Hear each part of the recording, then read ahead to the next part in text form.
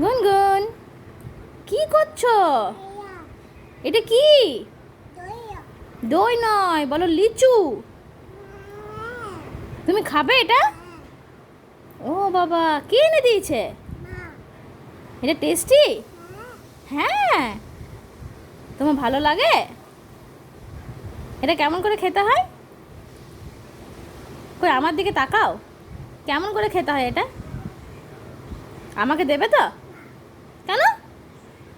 আমি তোমার দেবে? কটা দেবে তুমি আমাকে? ও আগে ছাড়াবে তারপরে? ও,